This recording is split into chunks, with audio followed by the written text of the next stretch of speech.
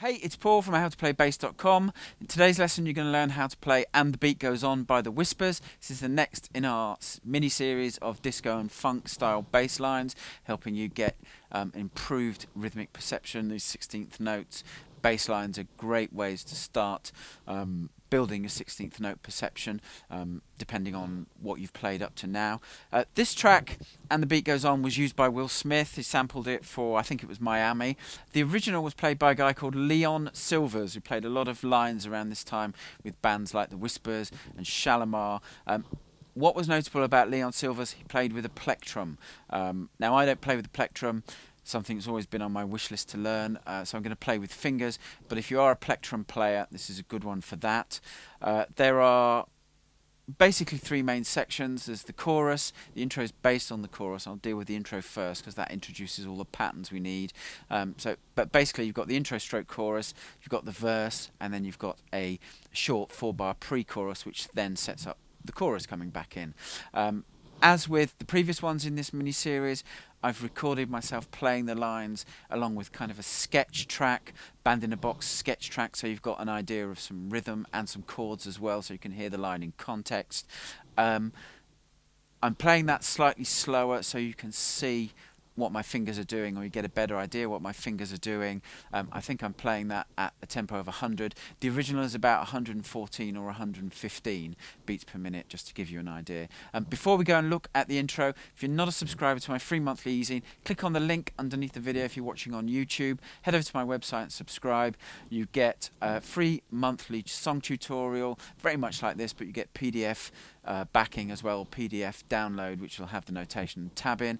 Plus, as a thank you for entrusting me with your email address, you also get a sequence of 4 video and PDF lessons that will be delivered to your email inbox over the next few days after you subscribe. So go do that, then come back to the lesson, and let's get started with the intro to And the Beat Goes On.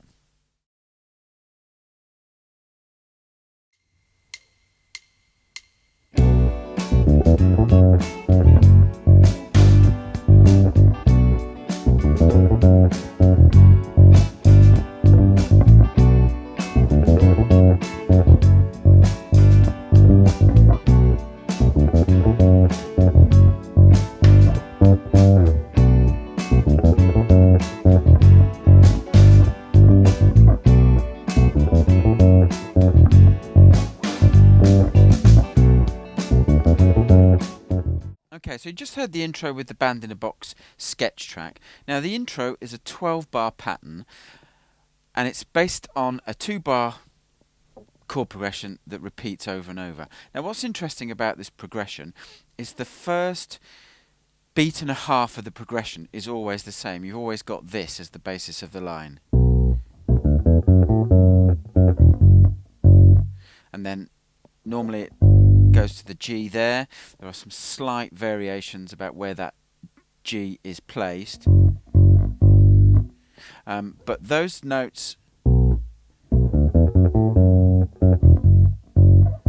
are always in the line, and then the variations are built off those. So if you're playing it live and you're throwing in variations, you want to have that part of the riff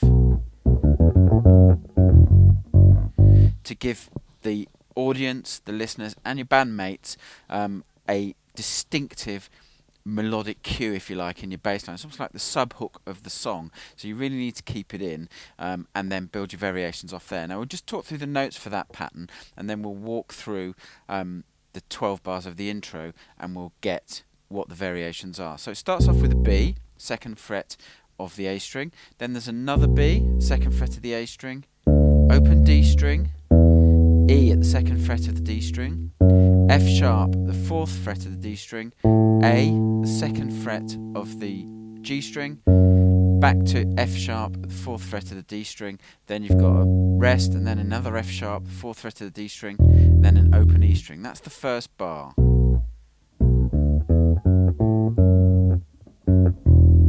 And then the second bar, there's 3 notes that you always get are, which is F sharp, F sharp, and G, which are the 2nd and 3rd frets of the E string. So that's pretty much that basic pattern. Okay, so let's go through it bar by bar, in each 2-bar sequence and look at the variation. So the first 2-bar sequence I played was this.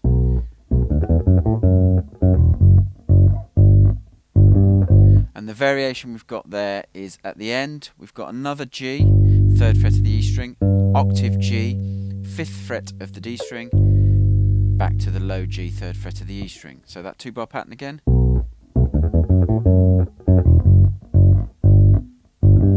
Okay, the second 2-bar pattern, I'm playing something like this.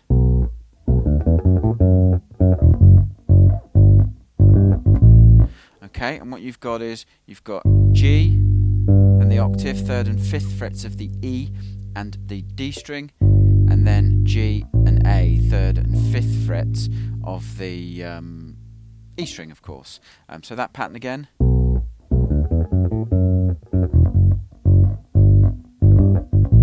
Okay, that pattern is repeated for the third 2-bar pattern.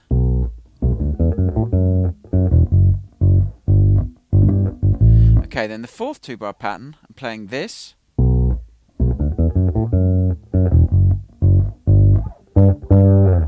Okay, and all I'm doing is from the F sharp to G, rest, playing 2 hits, note the staccato nature of those hits, and then you can get a slide in from that last one. They're on the octave of G, 5th fret of the D string. Okay, 5th pattern, 5th 2-bar pattern is the one we've already played twice. It's this one.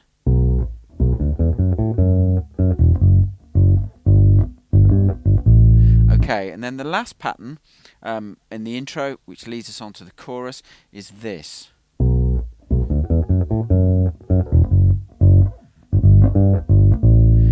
And there's a little delay before you hit the G on that one. And then you've got 2 hits on the low G, 3rd fret of the E string, octave G, 5th fret of the D string again, and then G and A, 3rd and 5th frets of the E string. So I'll play that one again.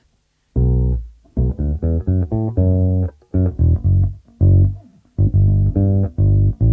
you can get the timing. And then we go into the chorus, which is a 8-bar pattern made up of 2 of the patterns we've already looked at in this section. So we'll go and listen to the chorus played with the Band in a Box sketch track, and then I'll quickly talk about which 2 sections you put together to make up the chorus.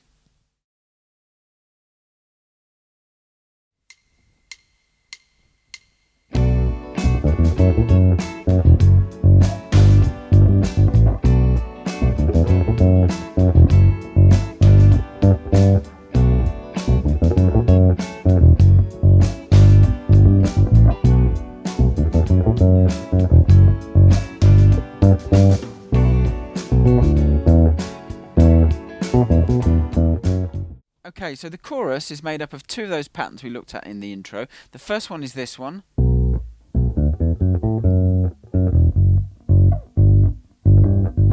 Where you've got the low G to the octave G, and then G and A. There's the 3rd and 5th frets for the G's are the 3rd fret of the E string and the 5th fret of the D string, and then for the G and A, 3rd and 5th frets of the E string.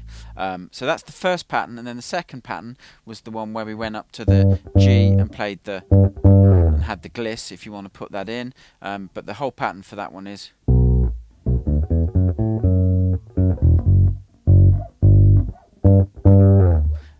that, and then you just repeat those 2 patterns, and that will make up the chorus.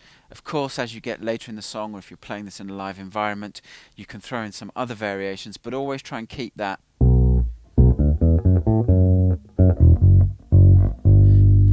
because that's the sub hook of this part of the song, and the listeners and the audience need to hear that if you're playing in a live environment. So do keep that in mind when you start creating some variations.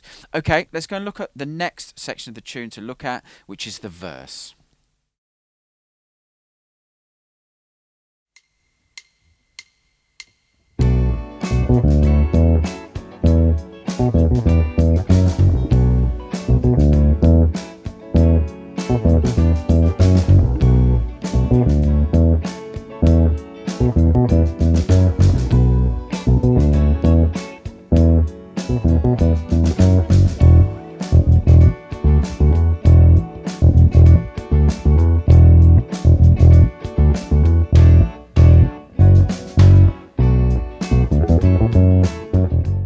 Okay, so you just heard me play the verse and the pre-chorus. The verse is an 8-bar section. Again, a two-bar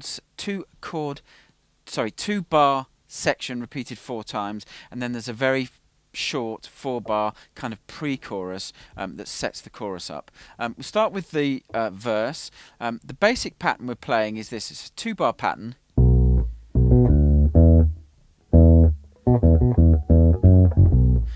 So what you've got, you're starting on B, 2nd fret of the A string again, then you've got B, the octave of B, the 4th fret of the G string, open D, and E at the 2nd fret of the D string, in this kind of rhythm.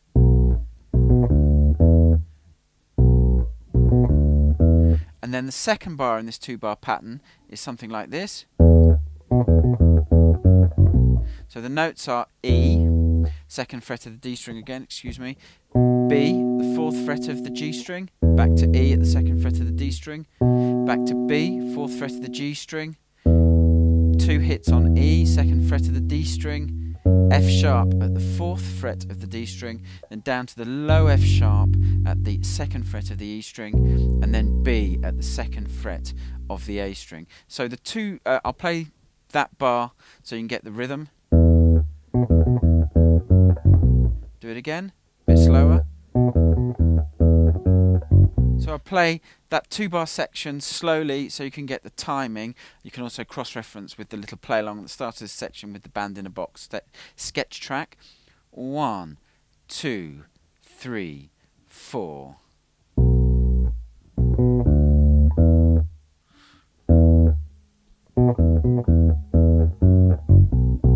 Play it again. That was the downbeat of the next bar. Okay, so it plays that 2-bar pattern 3 times, and then the 4th time there's a slight variation on the last bar. The last 2 bars are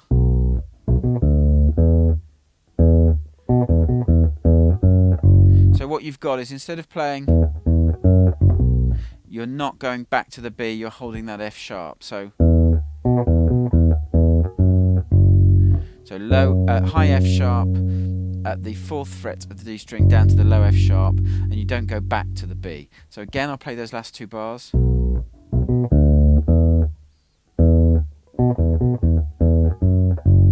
And those 8th notes sound good if you play them staccato as well. Don't hold them. Then we've got this last 4-bar kind of pre-chorus that sets up the chorus again.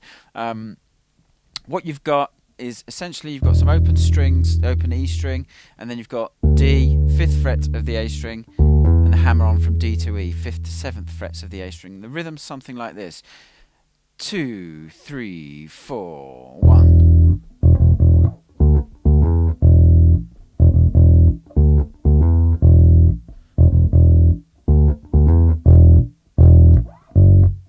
And then you've got the 4th bar, you've got those hits, which are 2 E's, and again, play them staccato, so you'll have to mute those open strings depending on how you mute. You need to use your left hand, like you can see me doing, or you can use your right hand if you do right hand muting. So you've got 2 open E's and 2 F sharps, 2nd fret of the E string. So you've got 3 bars of the.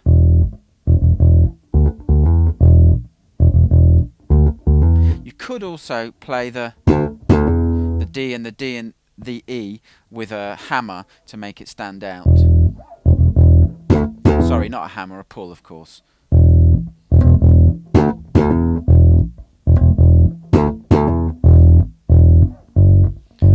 The original, as I said in the intro, is played with the plectrum, and those notes, the D and the D hammer to the E, it kind of leans into them and gives them some emphasis. So you could, if you're playing fingerstyle, you could do it that way. But those are the main parts of the song. You put them together, you'll be able to get through the song. Don't forget, if you are playing in a live context and you're throwing in some variations, that main riff,